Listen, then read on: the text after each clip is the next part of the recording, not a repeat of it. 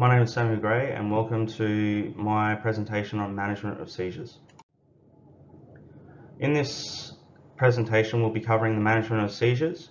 By the end of this session you'll have a better understanding of the pathophysiology, clinical features, physical examination, pharmacological management, relevant investigations and transport considerations, and leadership roles. Let's begin with the pathophysiology of a seizure. So what is a seizure? A seizure is defined as an abnormal synchronous neuronal firing in a section of the brain or the entire brain when their networks are either malformed or require a disturbance to the structures like an infection or metabolic disturbance.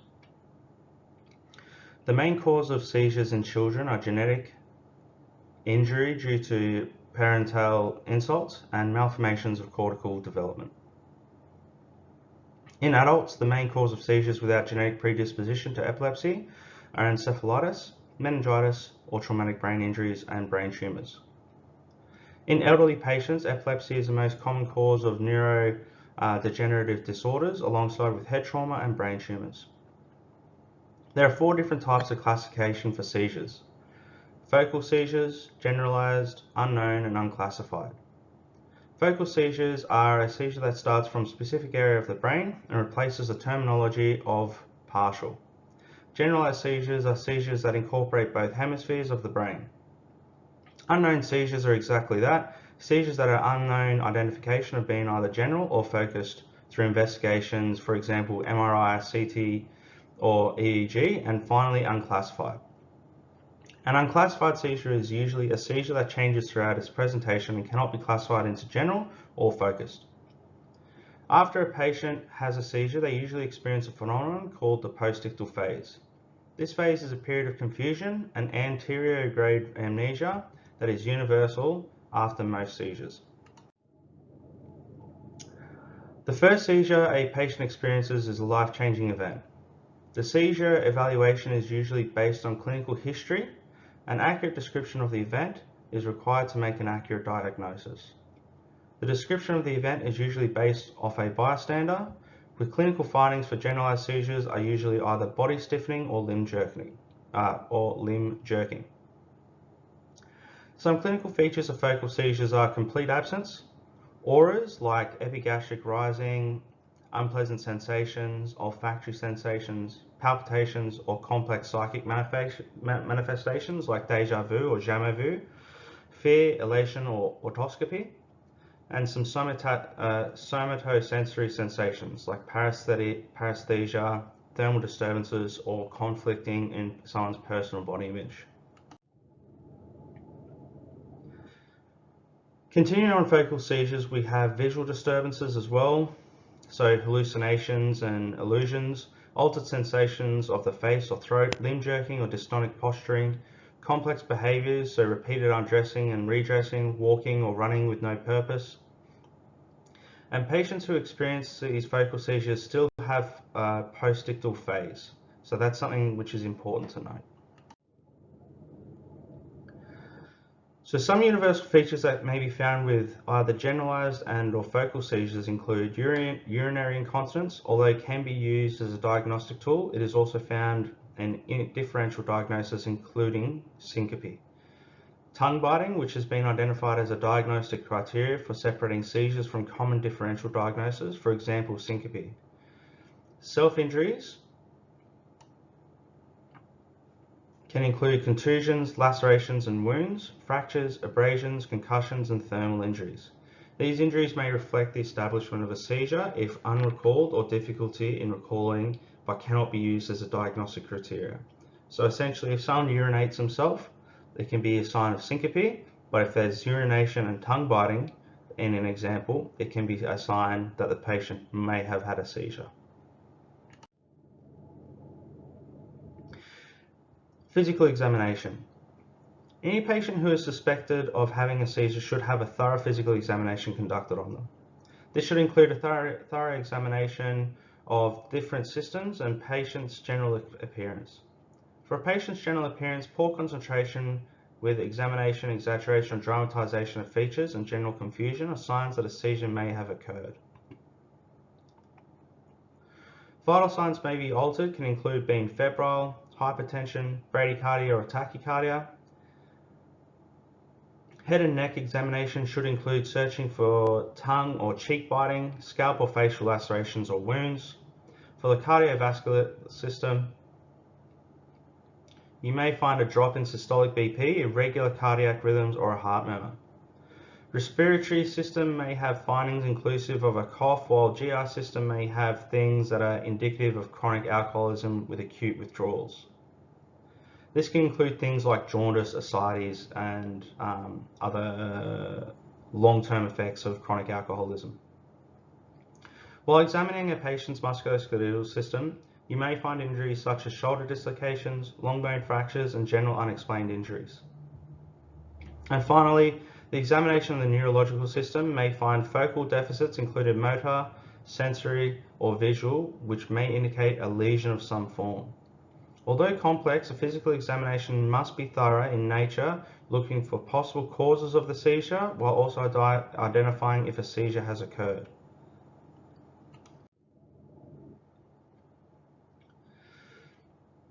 Next, we move on to pharmacology. The use of benzodiazepines as a rescue medication is the cornerstone of acute management of seizures. The aim of these medications is to reduce seizure activity. The ideal effect of this medication is to provide longer-lasting anti-seizure efficacy while minimizing the risk of side effects. Benzodiazepines are a family of drugs that exert their effects by modulating the activity of an inotropic gamma-aminobutyric acid GABA-A receptor in the central nervous system. These drugs increase the probability that GABA binding to the receptor will open the associated chloride channel. This in turn causes a general decrease in neuronal excitation and exhibits anti-seizure, sedative, hypnotic, and anxiolytic, muscle relaxant, and amnesic properties. There are several diazepams that can be utilized to stop seizures clusters pre-hospitally. These are lorazepam, midazolam, diazepam, and clonazepam. Through the next slides, we'll discuss the various medications utilized for the management of seizures. Lorazepam is a fast-onset anticonvulsant that exhibits a sedative, hypnotic, and anti-anxiety effect. Common dose for adults sits between 2 to 4 milligrams pre-hospitally.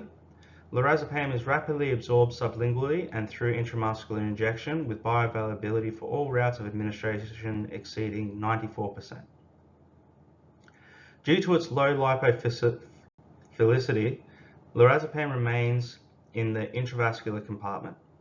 This leads to a prolonged effect of lorazepam on the central nervous system, while not accumulating within body fat after re-administration. Midazolam. Midazolam was initially developed to promote pre-hospital sedation, anxiolysis, and anesthetic induction.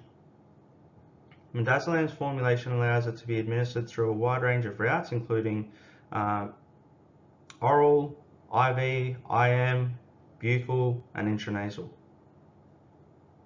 Midazolam concentrations of bioavailability and time differs greatly between administrative routes.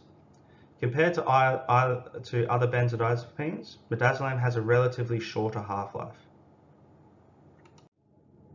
Diazepam. Diazepam has a long half-life compared to other medications within this class of drugs.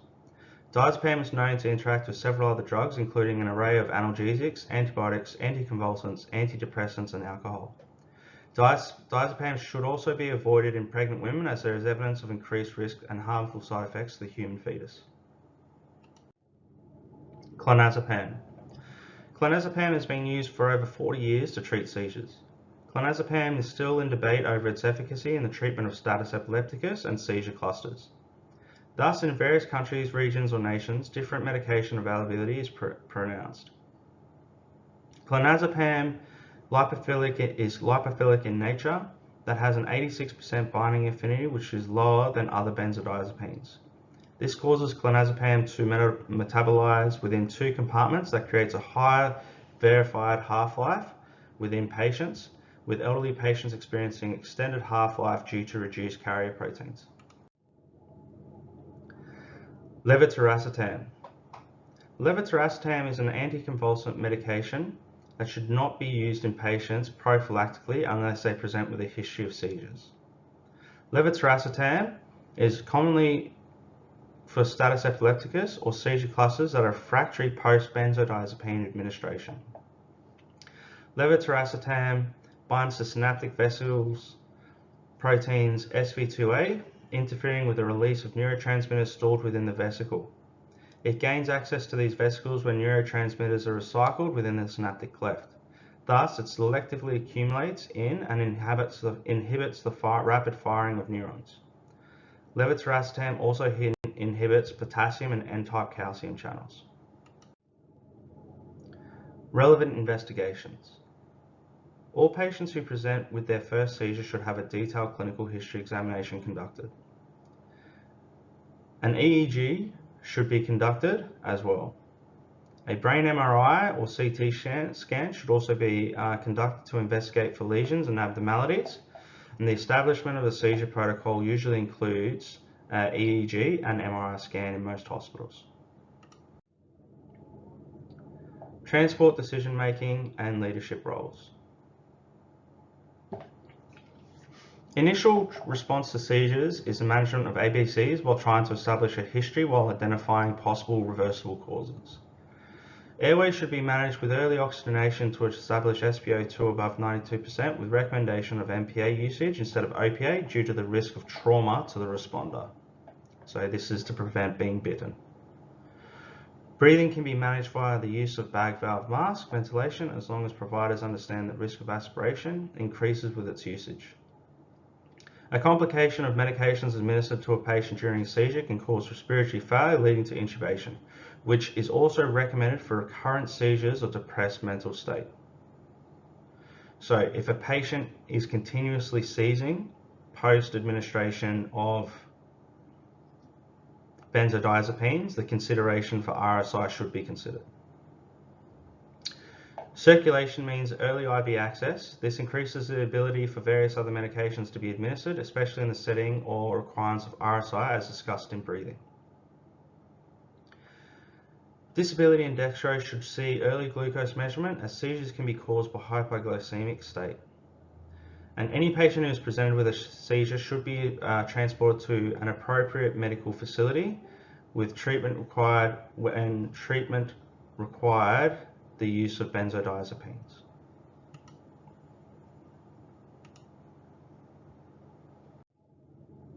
And these are my references for this presentation. Thank you for your time.